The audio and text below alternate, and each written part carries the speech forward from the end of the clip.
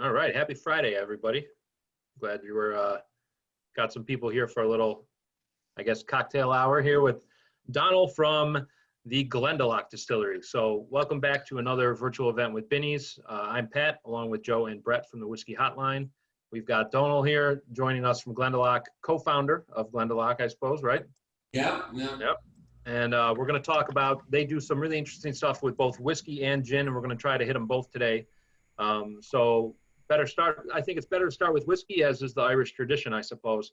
So you want to give us a little background on what's happening at the distillery and how all that came together, and then talk about some of these whiskeys. Yeah, absolutely. Love to.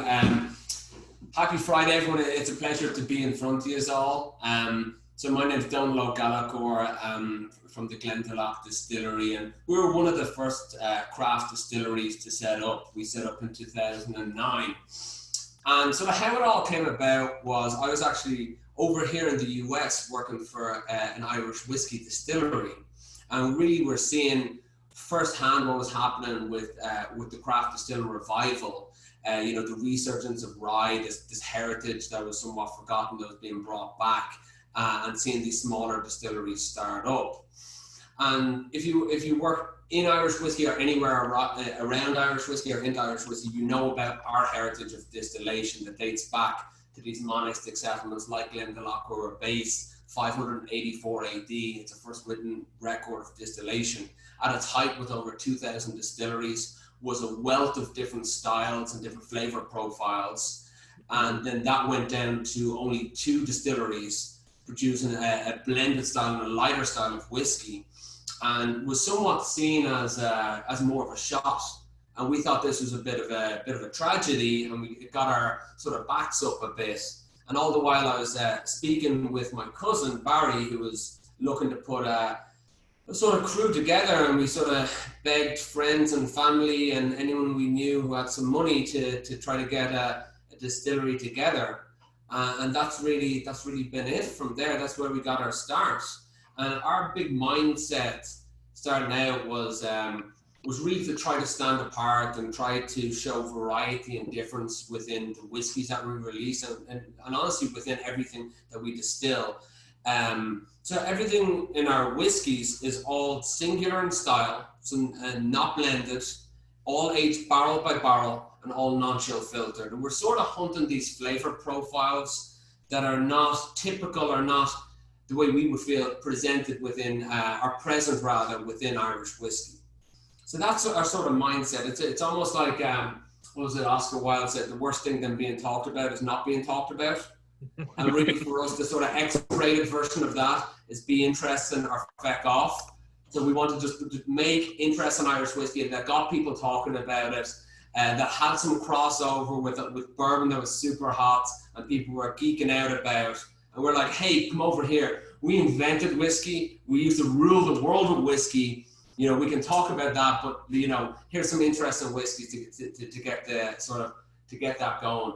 And it's been a whirlwind now. We're available in 44 different countries. Wow. We're the fastest growing Irish whiskey distillery in the US. One of our vintages got voted in the top 20 whiskies in the world. And people are starting to really gravitate to our sort of mindset. And it's great to see our mindset of our whiskies, rather. And it's great to see this category really explode.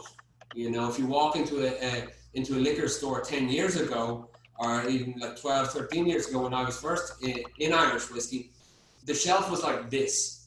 And it was like maybe like 2 or 3, maybe 4, and all of them were very discount and shot driven and sort of mixed drink driven. But you'd walk by an aisle of bourbon and an aisle of scotch.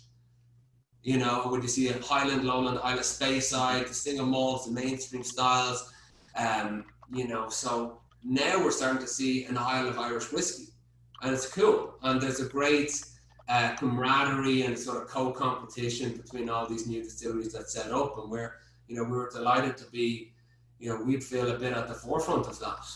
Yeah, it's great to see Irish whiskey kind of return to being a flavor-focused whiskey and not a just shot occasion type of call drink at a bar, Yeah. And I think what you guys are doing, especially with the non-chill filtration and the oak-driven, cask-driven kind of flavor profile you're looking for. I think that was interesting that you're trying to do something that hasn't really been done before with Irish whiskey. And I think you're probably using a couple different casks that I don't think anybody else over there have really touched on a larger commercial scale. You want to talk about that?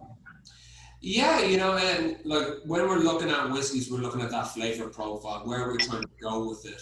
This might be a good way to jump into our first whiskey, if that works. Sure. So our first whiskey is a double barrel aged single grain. And single grain is a style that actually originated in Ireland. And in 1832, this dude called Aeneas Coffey used to chase around illicit distillers, essentially moonshiners, poaching distillers. And if you know, I think some people know what poaching is. I know Brett's a bit of a fan of poaching. But it's not for the faint-hearted. Only fan of poaching. One of the only. But it's not for the faint-hearted, and I'll just show you here, right? I hope you can see that, because that was painful. So it's an illicit distilled hooch, if you will. And he became fanatical into distillation, developed a new kind of still, was very humble, named it after himself, called it the coffee still. To our detriment, we did not adopt that within Ireland, but it's been adopted with your bourbon producers, adopted really some of your cult style of Japanese whiskies. So it's a light, bright style of whiskey, all about the characteristics of the cask. And that's in my roundabout way of getting there. We use a standalone mash bill of 90% organic corn, 10% malted barley. It's going to be initially aged in a first fill bourbon cask, which is very. Where are you sourcing the corn from? The corn mostly is coming from France. We're not great ones for making corn in Ireland. It doesn't get hot enough. Yeah, Ireland isn't exactly the right environment for corn. No, we're not Indiana here. We're not Kansas. Thankfully. Yeah. So most of the corn for any grain whiskey or single grain whiskey is going to be coming from France. But the corn is going to be a beautiful sweetness to it. The malt sort of leaves in a little bit of that weight. And we're going to age initially in a bourbon cask. And this is very, very typical, from the bourbonization of the whole whiskey industry. You see bourbon cask being the dominant one that Irish whiskey, especially at that time when we started up, bourbon cask, bourbon cask, bourbon cask. So initially in your bourbon cask for 3 years, 3 months. And then we transfer over to an Olorosa sherry cask, first fill from Montilla in Spain. And what we're hunting for this is the complexity, is that dark cherry fig, that tannin note. And we jokingly call this whiskey a gateway Irish whiskey, because it gets people off that blended style and shows them a bit of variety and difference and goes, I didn't know Irish whiskey could taste like that. And this is our first sort of haunt into using different casks and trying to expand the flavor profile. So if everyone wants to get a healthy pour for themselves. And it's really, this whiskey is a tale of two casks. It gets right into that typical like butterscotch, toffee, vanilla. It gets almost into sort of like sugar pastry almost coming through right off up the nose. And then the first thing that really comes through to me is the lightness of this whiskey. As light jumps to the front of the palate, it continues into that bourbon cask, typical notes. Then it starts to change and deviate and gets into this like dark cherry, sort of maraschino cherry, fig, sultana, raisin, tannin, touches into tobacco, and then sort of finishes with almost a little bit of ginger and clove to it. Yeah, I really like that it has those darker sherry forward notes, but it's still a relatively like fresh and lively whiskey, without being overly young tasting. Yeah, because it's interesting, because you would think, so if you have that high of a corn content, theoretically coming through coffee still, it could be somewhat close to bourbon in style, but it seems to be a little bit lighter. I would guess a couple of things. Do you know what proof they distill to? In other words, are they distilling to a slightly higher proof, which would contribute some to the lightness, or is part of that more attributable to the fact that the barrels you're using are reused? They're all reused bourbon. You're not using fresh oak, correct? Correct. Yeah, we're using first fill bourbon. They're ex-Wild Turkey casks. Okay. Just a little over 3 years, 3 years, 3 months into first fill Oloroso sherry cask. So both first fill, barrel by barrel aging. In terms of the distillation, it's in a coffee still. It's distilling right up and there in the high 70s, low 80s. So not cranking it to the full capability and leaving a little bit more in there. Okay. And then you're going to be casked, what are we cast at? We're cast at 63% is what we're cast at. Pretty standard.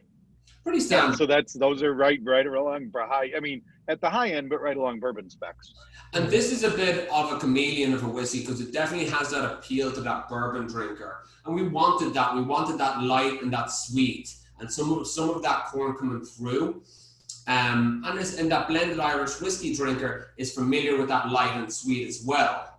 But then it sort of hones in the palate about mid palate and saying, what am I tasting? Why am I tasting it? I didn't know an Irish whiskey tasted like that. Mm-hmm.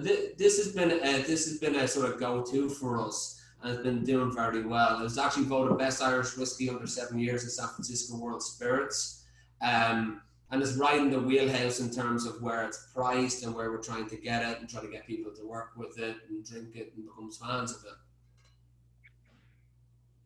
Mission accomplished, I'd say. This is good. Yeah, no, this is. Yeah, it's nice to have everything split out because you kind of talked. I think it's an intro. You talk about you guys really focusing on the wood and actually talking about it, because Ireland has traditionally, which I think a lot of people don't know, Ireland actually traditionally did use a ton of different casks. Yeah. Somewhat like Scotland, because you're going to source wherever you get, and probably more port casks, Madeira casks, and that sort of thing, just because they seem to be available, but you wouldn't have talked about it. They just would have been there, and you would have been used for maturation, and they would have been blended together to get that sort of lighter style profile. So pointing out the fact that you have Oloroso and what the difference is, I think makes a big difference in differentiation. Brett, 100%, I agree with that. Like if you look at it in Irish whiskey history, when they really started to scale up production after 1661 and a big split in terms of how poaching distillers going one way, your big distilleries in your towns and your cities going another. When they increased the pot still capacity, they started to age their whiskey longer and longer. And bourbon casks weren't readily available.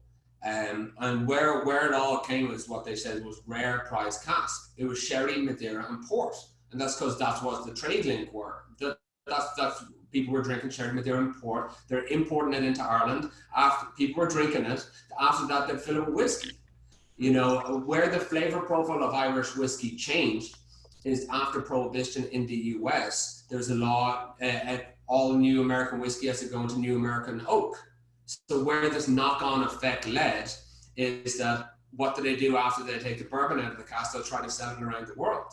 So by the year 2000, 97% of all Irish whiskey was actually aged in bourbon casks. Prior to Prohibition, I'm sure that was a fraction. I'm sure that was, less than 10%.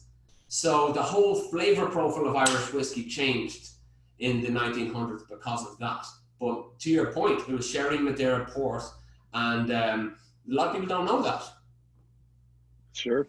And I would guess that you would have had more even early on when there was very little, because it seems that the trade relationship was always, I mean, we all know before the American Prohibition that by a magnitude, the largest selling whiskey in the United States was Irish whiskey.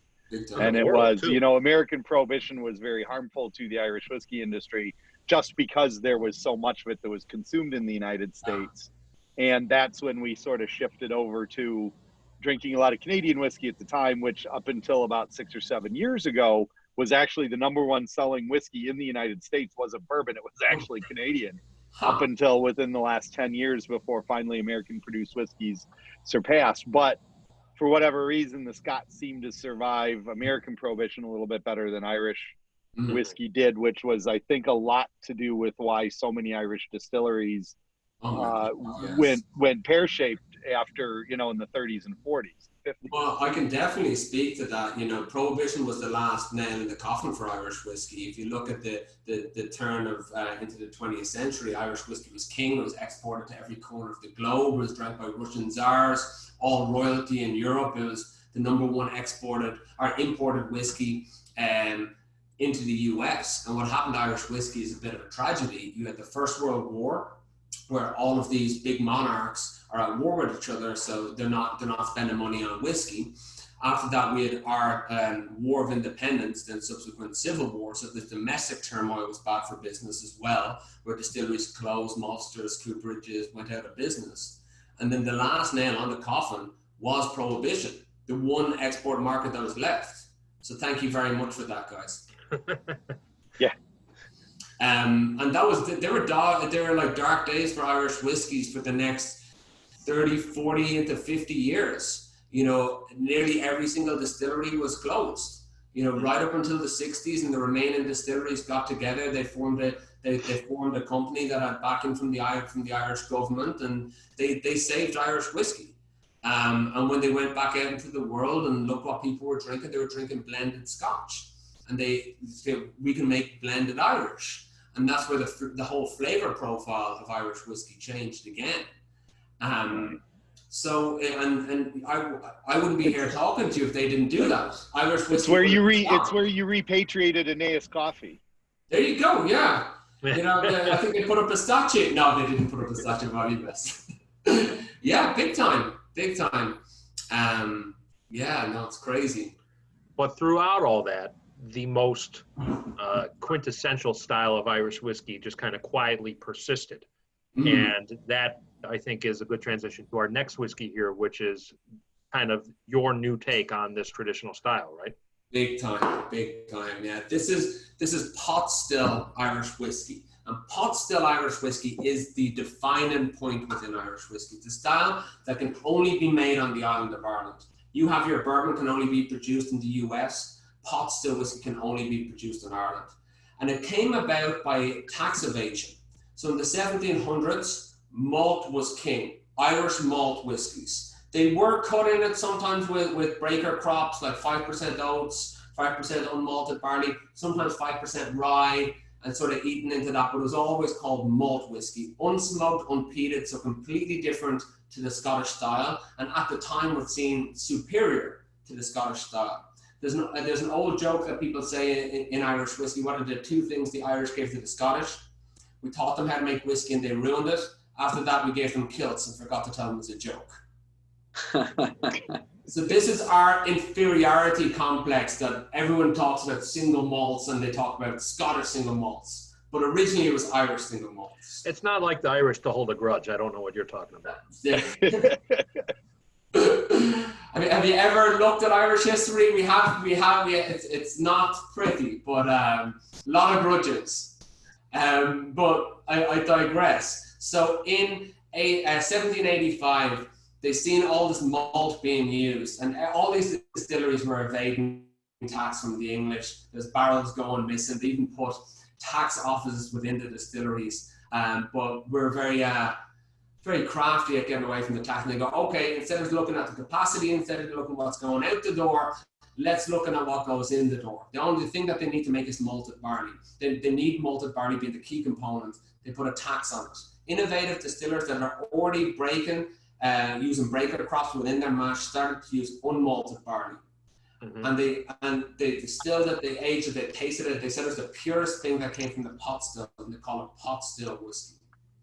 It is renowned for two things. It's renowned for texture. It is big, it is oily, it is creamy, almost into buttery. The second thing, it has this underlayer of like a tangy spice to it called a pot still characteristic. We use a mash bill of 2/3 unmalted barley, 1/3 malted barley, and it's triple distilled. This is a single cask offering, and the casks are actually made out of a rare breed of native Irish oak called Dargalda. And Dargalda is one of the species of Irish oak that used to have 90% coverage of the island of Ireland. And this was nearly all cleared for shipbuilding through unsustainable methods, and then an invasive beech tree came in. Now it's 0.02% of the coverage of Ireland. So for this project, we actually sustainably felled 14 trees in the Wicklow Mountains through this process called continuous forage forest management systems, which is really hard to say. But essentially, you take 2 to 3 to 4 trees out, creating a clearing. And for every tree we take down, we plant 7 more. And this species of oak is very fast growing. It's extremely porous. When you actually chop it, you can see that there's wider rings around it. It's very thirsty wood. On the chemical breakdown of it, has really high percentage of vanillins, furfurols, and lichens. And it leads itself to this sort of really black treacle, earthy tannin into like sticky toffee pudding component, this sort of that part of the flavor wheel. And each one of these bottles is actually traceable back to the tree.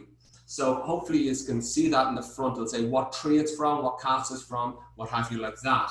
We've actually documented this whole process. So we have a link on our website, so you can have whatever bottle you may have in front of you. I have tree number 4, cask number 4.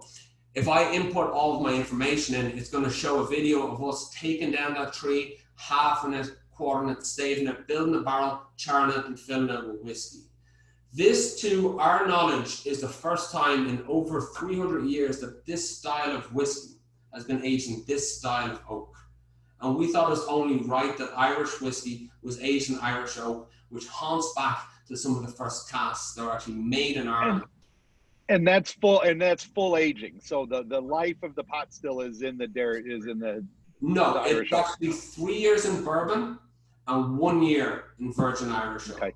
Yeah. Have you noticed also because what you're describing sounds a little bit like some of the characteristics of Mizunara, which it would be the oak strain, the Quercus oak strain native to Japan and more Asian.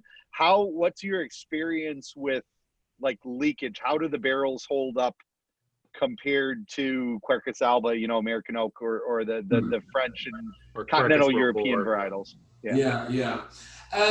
Well, so we're very familiar with Quercus mongolaka with Mizunara oak. We've actually done a couple of projects with that. With your Mizunara, it's very much prone to leaking and prone to cracking. They're almost like sealing it with almost like fern leaves and everything like that. It is not the case with Irish oak as much because it's fast growing, it's straight. We haven't seen a huge amount of leakage. It's very thirsty initially, so it's taken 6-7% of it nearly outright into the wood, which is a little bit crazy. But we haven't seen a huge amount of leaking, and we do have a lot of whiskey down that's straight from distillation right into Irish oak. So it's going to be interesting to see as things develop. Where we'll have, so this is our first batch, we've got 14 trees into 50 casks. We will have future batches. It'll be interesting to see how with time that it's changing, and then how it actually does from right off the still, casting it down or bring it down to mid 60s, putting it in the cask and just waiting. So time will tell on this. Has Pernod chased you down and tried to steal any of your barrels? Has who? Has Pernod chased you down to try to steal any of your barrels from Middleton? No, they have not. They have not. They're busy enough. They're the leader. Now, one tasty note here you mentioned, and I saw Joe's ears perk up a bit, was sticky toffee pudding. And he's our resident sticky toffee pudding aficionado. So I'd like to hear from Joe on, assuming you have this whiskey in front of you, Joe, whether you agree with that tasty note or not. I do. I have tree number 6 in front of me. Brett and I have tree number 6. And here, I'd like to invite you, if you have the whiskey in front of you, compared to the double barrel, this is a different kettle of fish altogether. So if you roll it around the side of the glass and just look at the legs on it, you're going to wait about 4 or 5 seconds before you even see a little haunt of a leg coming down. It is extremely viscous, viscous. And that's the pot still style. I get a lot of into orange marmalade and spice coming banging right off the nose, and into like cinnamon clove a little bit, but like distinctively marmalade. And then here, cheers, sláinte. I'll give you a cheesy toast that no one says in Ireland. You say "Good night and Boherlat," means may the road always rise in front of you. When the road's always rising in front of you, you're always moving up in the world. Cheers. Cheers.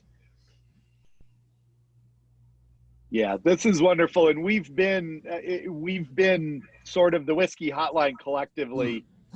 We have been huge proponents and huge push and huge advice giving and everything we can on that pure pot style. Because if there's, with the amount of liquid that's coming from Ireland right now and the amount of distilleries open up, I think a lot of people, there was confusion when you would get things that were just really either, well, let's introduce a single malt. Well, there's a lot of single malt out there from a number of different, from 50 countries. Yeah. But pure pot really, I think, is how much of your mix is going to be pure pot going forward while continuing to do your, to do what you're doing with grain and with malt whiskeys? Well, that's to be determined a bit, to be honest with you. I know it's been mostly pot still whiskey that's coming off our stills. That's pretty much it. And then that's most of our whiskey production is in that, and then in some experimental, sort of experimenting with different grains and some experimental batches that Rowdy's been working on as our master distiller. And then our gin set is completely separate to that. So it's going to be a big focus for us going forward, and it's a big focus for the category going forward, because it is the defining style of Irish whiskey. No one else can make it. It is like from that 1785 right up until Irish whiskey went to that decline. It was malt whiskey what took a back seat, and it was all Irish pot still. If you look at any of the old advertisements or anything like that, or I'm not sure if you can see it, that map in the background there is an old map from the 1800s, nearly of distilleries in Ireland. Nearly every one of them was focused on pot still. So we have this heritage and this style, and nobody knows what it is till about a couple of years ago. Is it the apparatus? Oh, I've heard of pot still bourbon. It has this misconception. So I think we all have a lot, everyone involved in Irish whiskey has a lot of work to do to educate people on it. Yeah, it wasn't exactly a creatively named style of whiskey, and I think that's led to some confusion on a lot of people's parts. They just assume a pot still whiskey, single malts are made in pot stills, and so there's some blurred lines there. Yeah, we have a couple questions for you coming in from the audience here. John Kahn writes that he recently came across the single grain double barrel and was amazed by it. And do you do any other single grain bottlings? We do, but not in the US. So we do a single grain, single cask in Calvados, single grain, single cask in Burgundy, and single grain, single cask in Madeira. So they're available. If you visit the distillery, they're available with a couple select retailers in Europe. Celtic Whiskey Shop, I believe, I believe has it. They've been a big supporter of ours since we started. But some of your better whiskey stores carry it over there. All right, we're big Madeira and Calvados fans. Just throwing that out there for future reference. And then we also have Ann Kehoe is tuning in on Facebook. Hey, Ann, nice to see you joining us. Yes, what flavor characteristics does the Irish oak offer to the finishing of your whiskey? You had mentioned a bit earthy and spicy earlier.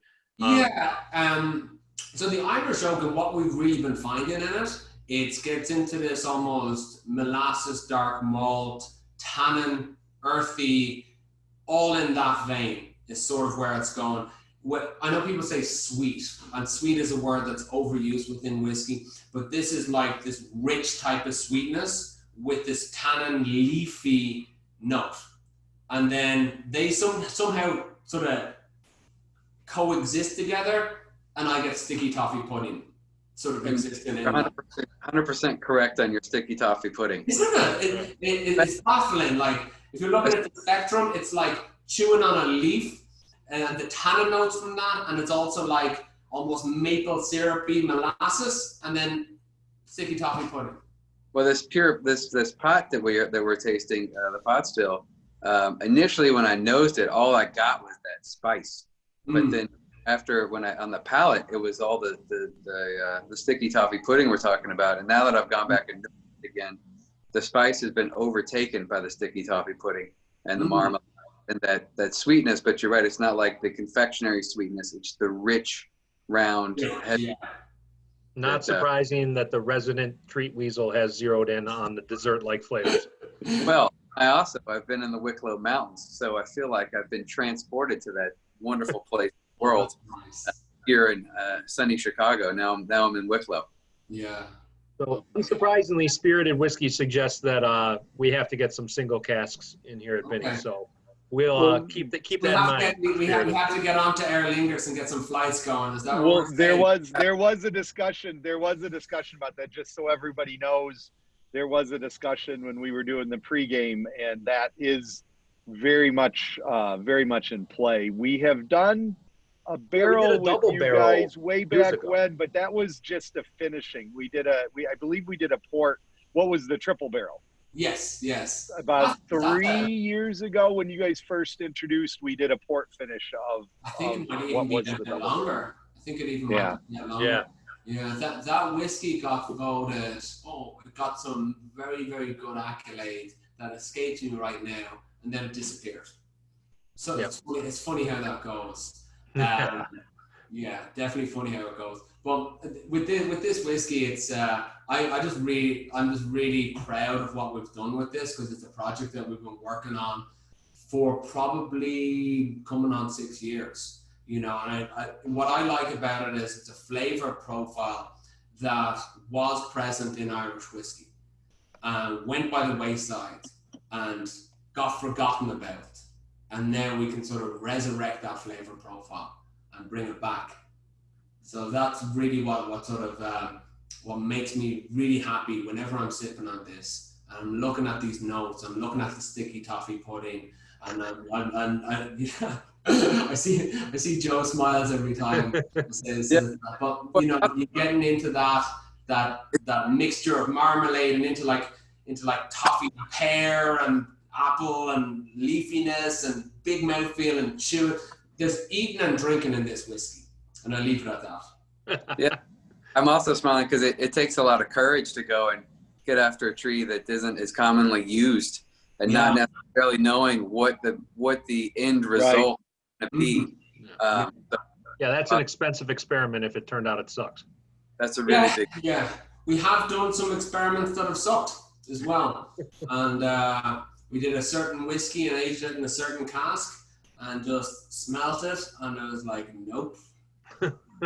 So that's alcohol abuse right there when you're like. So what is your access to the trees? What is, because you're felling, how much of that are you going to be able to do ongoing? What's your access to those now? Obviously, if they grow quickly in years coming in the future, you can get more. Yeah. Well, we're trying to set it up for the future.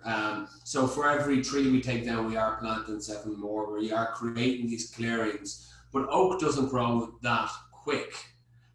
So it is something that is going to be increasingly rarer. We're very lucky that where we're located at the base of the Wicklow Mountains, that a lot of these old trees are on old manor houses. And some of the property that's owned by Quilcher, which is the forestry body there. So we have more access than a lot of other people would do because it's right in our backyard. But that said, it is limited in terms of there's very little of this oak. We're just very lucky to be in an area where a lot of the trees are left. Yeah. So that's a roundabout answer to say we have great access to it, but it's not always going to be there. So I think we have a responsibility to set it up, you know, so whoever's working at the distillery, you know, 80, 100 years from now, when we're all ever passed on, that they have an ample amount of it.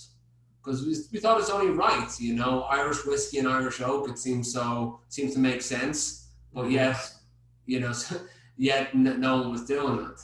Well, it's a pretty strong flavor too. So I imagine, you know, you're refilling and reusing those casks, and that wood still has plenty left to give, I would think. Yeah. Might be more interesting second time around in a refill, considering how much you were saying, how thirsty it was. You were saying it, and it sucked in so much of that whiskey initially. I'm curious to taste one in a refill cask at some point in the future. I wonder if it would provide some more subtle notes in there. Could be interesting. we painstakingly got these casks, like made these casks. We actually had to ship the staves to a cooperage that we work with in where was it? It was in Spain. A cooperage that we worked with, where they dry aged it for over a year. Mm-hmm. So and they actually charred the inside of the cask, not with gas, but actually with leftover bits of the oak as well. Oh, that's cool. So they do that at Kelvin Cooperage too, in Speyside and down in Louisville. Yeah, only one of the few cooperages left that actually does that. It's a cool process. Yeah. So it was so it was a lot to do with it. So it's over a year to even get the cask, to get the cask back from Montilla in Spain with the cooperage that we work with, because there's actually a severe lack of cooperages in Ireland, which is crazy. And distilleries that actually have coopers within them are very few of them. You count them on one hand. So that's actually a trade that's going back into flavor. Yeah, it used to be a big industry. When my great-grandfather emigrated from Ireland, he actually worked at a cooperage in Elmhurst, Illinois, way back when. Oh my God, yeah. No, there used to be huge. It used to be huge amounts. And every Guinness used to be aged in a barrel. Used to be stored in a barrel. And the St. James's Gate was the biggest brewery in the world, I believe, for a period of time. With every drop being produced in it, would go into a barrel. It used to be a huge, huge profession, and that's another sort of casualty of the downfall of Irish whiskey, was that trade again went by the wayside. But to circle back, those casks, we're going to see. Time's going to tell. This is our first jaunt into it, and we're really happy with how this came out. With whiskey aged longer in it, whiskey aged off the still, straight into it over time to see what happens with it. It's going to be very exciting. Very cool. Well, we can obviously keep talking about whiskey all day, but we do want to give you guys some love for the gins too. You guys have been making gins pretty much since the start, right? No, actually, no. Really? Yeah, we only started making gins about 4 years ago, about 4 or 5 years ago. Really? I had no idea. So originally we were looking at this old brand of absinthe that this lunatic was making on a manor house in County Leitrim called McDonald's Absinthe. It was discontinued in 1914 because of the First World War. So we wanted to do something cool with that for cocktail boozers in Dublin. That was about the height of it. So through a chance encounter and an introduction, we got introduced to a wild forager called Geraldine Kavanagh, who's absolutely fascinating. She's actually been foraging in the Wicklow Mountains for over 20 years. She teaches people like how to forage. She actually, she finds very interesting mushrooms and sells them to celebrity chefs, not teenagers. All that type of, like, she lives and she breathes it. And we got introduced to her to figure out maybe how do we continue this train of thought. And she so quickly talked us out of making something that was so one flavor dominated, and really sort of got our heads out of our arses and showed us what was growing around the distillery, because all we knew was different casks, distillation, whiskey flavor profiles, and we never really looked at it. So we had no intention of making gin originally, but her and our master distiller Rowdy started to really collaborate and make something that we now call wild gins. And I wanted to show this. This is actually how we make them. This is a look inside of our pot still. Can everyone see that? So loose botanicals just thrown in there? They are thrown in there. Our method is very unique to us. We use a pot still spirit. It's 5 times distilled. It's non-GMO organic corn. And that's what we start with. So the base level of sweetness to it, a little bit. Our heavy botanicals are macerated within the pot still, just like that. Our lighter, more delicate botanicals are hung in a basket and then one-shot distillation. So non-chill filtered again. So it's going to be super oily. We use 36 botanicals in all. Geraldine forages every single day and gets fresh botanicals. It takes us over a year to make a single bottle of the gin. We actually brought Tales of the Cocktail out foraging and distilling with us. They called it the definition of small batch spirits. So how we actually distill it is we're going to distill what's in season and almost what's in micro seasons. So say an example of this would be elderflower. Elderflower is only in season for a couple of weeks till it turns into elderberry. So we'll group botanicals together that are in season and distill. Group botanicals together and distill. And we'll do that through every sort of micro season. And at the end of the year, we'll marry them together at a very specific ratio that represents the whole year. So essentially it's a whole year of botanicals in the region where we're from, which is known as the Garden of Ireland, in a bottle. That is a shocking amount of time and effort for a white spirit. Isn't it? Yeah, it's like we don't like to do things the sort of easy way at Glendalough. And there's a lot of examples of that I won't get into. But no, it's definitely, this is a true terroir wild gin. And now people have been gravitating towards it hugely. It's nearly half of everything that we ship around the world. And it's a bit of a whiskey drinker's gin, to be honest with you. I'd invite everyone to pour yourself a healthy amount of it, if you haven't already.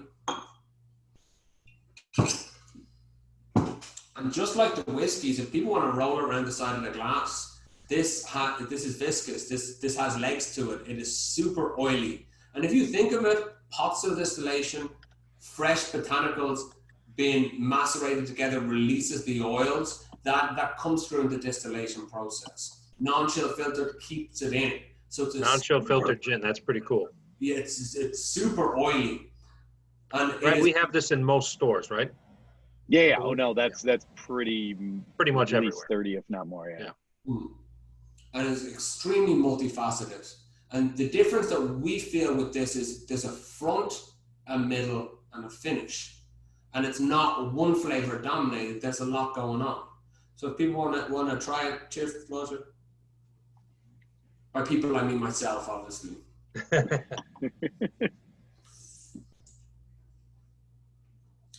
It's initially, I get a lot of citrus. It's like that fat Meyer lemon citrus note. Very soft on juniper. And you get into this very floral in the mid palate, into that elderflower, and then it gets like fruity and spicy in the back. It's interesting because you have to vat off distillate for a period of time, in some cases up to 9 months theoretically, right? 11 Do you months, have how effectively are you able to seal, or do you think the distillate for some of the older distillate has benefited from that little bit of oxidation? Because there'd be almost no way to prevent some level of oxidation. Is there like a formula? Is there a season when you do the blend, depending upon what's oxidized for 3 months, 6 months, 9 months, or fresh off the still? That is a rowdy question, because he is militant about what is distilled, how it's distilled, what we're keeping, what we need of that, what we need of that, what we need of that. But I think it's probably more to do that, we start at this time, and this is when we're starting the batch for next year. And I think it's more of that's how we started it, that this is the point in time. So now going forward, it's always that first batch is going to be aged, say 9 months, 10 months, 11 months, what have you. And then it's just been consistently that year over year. But I do know that sometimes it's like, well, we need to account for that there wasn't a great season. Like summer started a little bit late. It was a very, are you having an Indian summer or what have you like that? So depending on how much we can produce is sort of dependent on what's available. When Geraldine will forage, she's not picking all of anything. She's taking 2/3, 3/4 of anything, whether it's watermint, Darra malt, what have you. And it's funny because if you actually clear that amount, the growth of that botanical is accelerated than if you were to leave it as is. So she needs to go back there next year, so she's not taking it all. But there are constraints within that, and there is fluctuations within seasons and temperatures and what have you like that, that sometimes drive rowdy up the walls a bit, that we don't have enough of, you know, elderflower to make this batch. Yeah, distillers tend to be pretty mathematical and plan-driven people. It's I can see that being maddening to him, you know, being at the whim of whatever natural stuff's going on in the Wicklow Hills. Yeah, yeah. No, it's definitely a really complicated process. And yeah, it's our take on it. And, you know, I think this is the right way to do it, to represent the area where we're from, represent the Garden of Ireland. Like, I was born and raised 8 miles from the distillery. I'm a local boy there. You know, it's very funny that, you know, I couldn't wait to get out of Wicklow when I was a teenager. But increasingly, when I go back, I tend to try to stay longer and longer. Yeah, you don't want to leave. And we used to say there's a lot of stuff to look at, but there's nothing to do. Now the thought of doing nothing with a lot of stuff to look at is increasingly more appealing. Yeah. Yeah. So the other gin here is your rosé gin. You want to break down the differences here? So we call this a rose petal gin, and it actually comes from I suppose the man of the hour, Rowdy. His name is Kieran Rooney, and he's our master distiller. And it's a fitting tribute to his late mother, who used to keep a rose garden. It was called Rose, and she unfortunately passed away. And he originally did a straight infusion of rose petals from her garden into our Wild Botanical gin for his brother's wedding, and he did it for a toast, and it went down a treat. And he told Geraldine about that, and Geraldine was moved and was like, well, why don't we look to do something that we could do and we could release it and it would be like a tribute. And so they started to rebalance the botanical bill of the Wild Botanical. They brought in hibiscus, pink peppercorn, cardamom, whole oranges, and then 3 varieties of roses: damask rose, heritage rose, and a very elusive wild Irish rose. In terms of this distillation method, there's 3 avenues of flavor. There's maceration and vapor distillation, like the Wild Botanical, but then there's a 3rd avenue of flavor, which is infusion. So after distillation, they actually infuse the rose petals within this gin. No artificial colors, no artificial flavors to it whatsoever. And we wanted to do this bright colored gin that wasn't sweet, that wasn't sugary, that was truly authentic, that was true craft, and that had this flavor profile to it. Now, when people look at this and when people taste this, they get this look in their face because it's not what they expected. Yeah, totally. Most other pink gins that I've tried, you know, is like gin with like you know, a few ounces of Hawaiian punch poured into it or something, where it just has right. It's loaded with sugar and fake fruit flavor and stuff, and they're just gross. Yeah, quite different. Quite different. And we looked around what people were doing when Geraldine and Rowdy were experimenting with this. And we do some other experimental gins, like a seaweed gin and a beach leaf gin, and so some mad stuff, all only available in Ireland. I'll show you this when you get over. But there's always these wacky ones. But we looked at what people were doing with coloured and flavoured gins, and we thought we have a very different approach. That isn't getting into that sugar driven, that is very just complex in terms of the flavor profile. I hate using the word complex because I think it's overused, but is multifaceted. But it's not just the wild gin with rose petals thrown in. You do have a bit of a different base. Completely rebalanced, and then 3 avenues of flavor. No artificial colors or flavor. Now, a question that came up here when we're talking gin from Spirited Whiskey. And they say, so in essence, the gin is made entirely from fresh botanicals versus dried. And is that correct? And so they imagine that changes the profile quite a bit, which I'd say so. Yes. Yeah, we don't use dried botanicals. Everything is picked around the distillery outside of juniper and coriander, which we can't get enough of in the Wicklow Mountains. So that we're actually purchasing in fresh. There's just literally not enough. Yeah, and it's all boiled, so you're not at any point in time just using a gin basket, or you're not using a basket for any of this, a vapor basket. We use a vapor basket and maceration. So we use both, and then infusion with this. Mm-hmm. Right. So I know a lot of the apprentice distillers, Rowdy, will make them clean up after gin distillation nearly exclusively for a week to see if it's probably a mess. they have the stones for it. So not a good job. Not a good job at all. Well, we're heading into a pretty warm weekend this weekend here in Chicago. So do you have a cocktail suggestion maybe for these gins? It's going to be a good gin weekend here. I have a cocktail suggestion here for our rose petal gin. I want people to taste it. It gets this really beautiful grapefruit citrus note right up front. It's very soft and juniper. It gets distinctively rose. And here, have a try. Cheers. Smell it.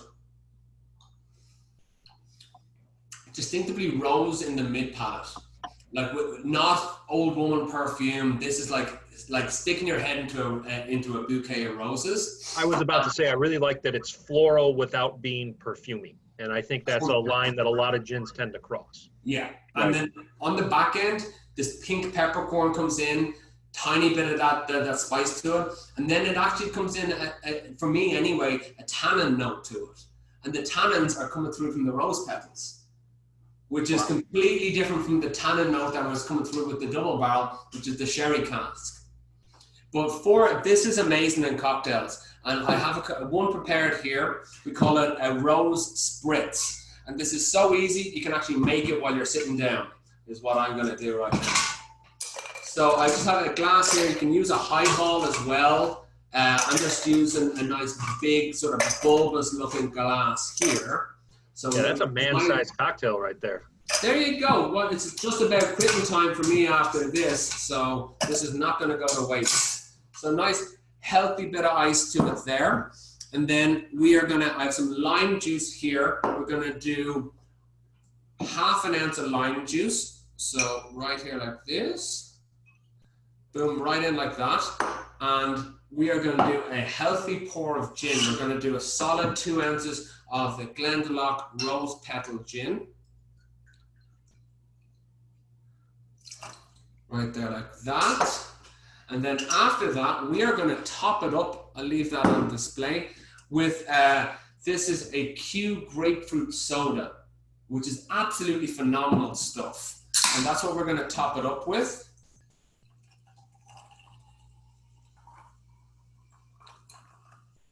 And then we are going to garnish it with just a nice wedge of grapefruit right there. And then put your straw in just like that. That looks delicious. So we've got grapefruit soda, 2 ounces of gin, and of the rosé gin, and how much lime juice here? Half an ounce. Half an ounce. This is a cocktail that tastes like more. It is absolutely delicious. Oh my God. If you haven't tried it yet, a grapefruit soda that we're selling a lot of at Binny's right now is from, what's their face up in Milwaukee, Brett? Top Note. Top Note. I recently wouldn't shut up about it on a podcast. Top Note grapefruit soda is available at all Binny's, and it is fantastic. It really is.